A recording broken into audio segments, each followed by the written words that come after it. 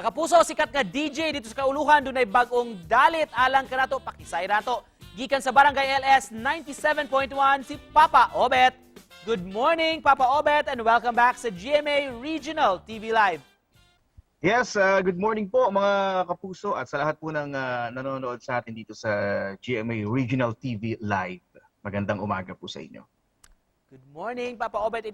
It's been a while na nakasama ka namin, of course, with Cecil. Ngayon, kukumustahin namin ang iyong past few months by using the word gift, G-I-F-T, since, of course, malapit ng Christmas. Let's start with the letter G and so on. G, Papa Obet. Letter G, nako, pag letter G, gwapo agad, hindi, game, yan, game. Game, parang, mga nakaraang buwan parang ang daming laro, di ba, parang always on the go ako sa lahat ng mga nangyayari sa buhay. Good or bad man yan, so doon pa rin ako palagi. So, lagi akong game. How about I, Papa Obet? Letter I, para sa akin letter I, interesting. Yun. Parang excited ako every day sa buhay, tuwing gigising kung ano yung magiging buhay ko. This time, letter F. Letter F, aside from food, syempre, free. Ayan, malaya, free. Nagagawa ko na lahat ng mga gusto kong gawin. So, nakakapag-vlog na ako na dati hindi ko nagagawa. Nakakauwi na ako sa probinsya namin ng maayos, nang walang mga obstacles or hindrances na iniisip. So, yan, nakakapagtrabaho na ako ng maayos. So, free, malaya. And of course, T.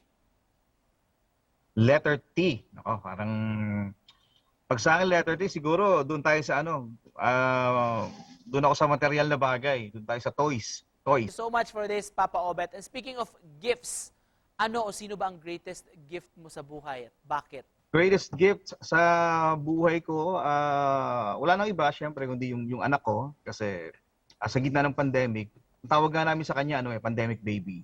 So sa kabila ng pinagdaraanan ng buong mundo, yung negativity ng buong mundo, may positive na nangyari. And dahil dyan, may bago kang single entitled Regalo. Can you share to us what this is all about? Okay, regalo. Regalo kasi pag sinabing regalo, ang iniisip ng mga tao, material na bagay, and then occasion, anong matatanggap ng regalo. Pasko, bagong taon, birthday, ganun. Itong regalo na ito, pang Christmas. This is Christmas song. Regalo na sabihin natin, hindi material na bagay, parang wala na akong gustong hilingin pa na material na bagay na kahit ano. Ang gusto ko lang hilingin ay yung presence mo. This Christmas na makasama kita. In general to, so pwede nating i-relate to sa mga OFWs, sa mga katrabaho mo, sa miyembro ng pamilya mo, and then or maging sa alaga mong aso or pusa kung meron ka man, or sa paborito mong bagay na gusto mong makasama.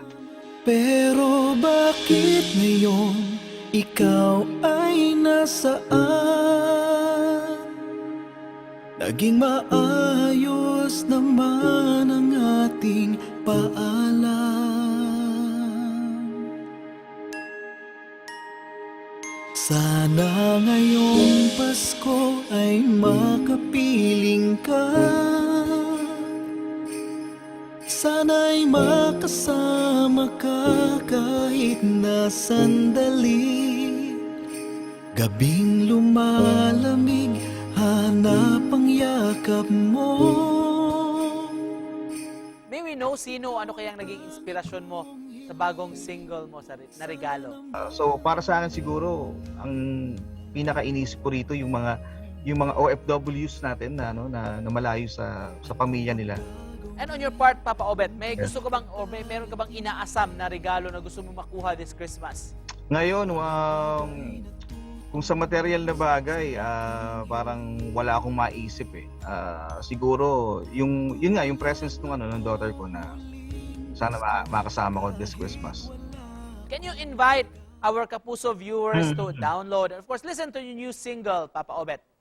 Sa mga kapuso po natin na nanonood ngayon, inibitahan ko po kayo na mag-stream at mag-download. Available na po mga kapuso sa lahat po ng digital stores worldwide. From GMA Music ang aking bagong single. Ito po yung aking pangalawang sinulat na Christmas song. Ang title po nito ay Regalo. So kailangan nyo pong pakinggan ito para mas ma-feel ninyo yung Pasko.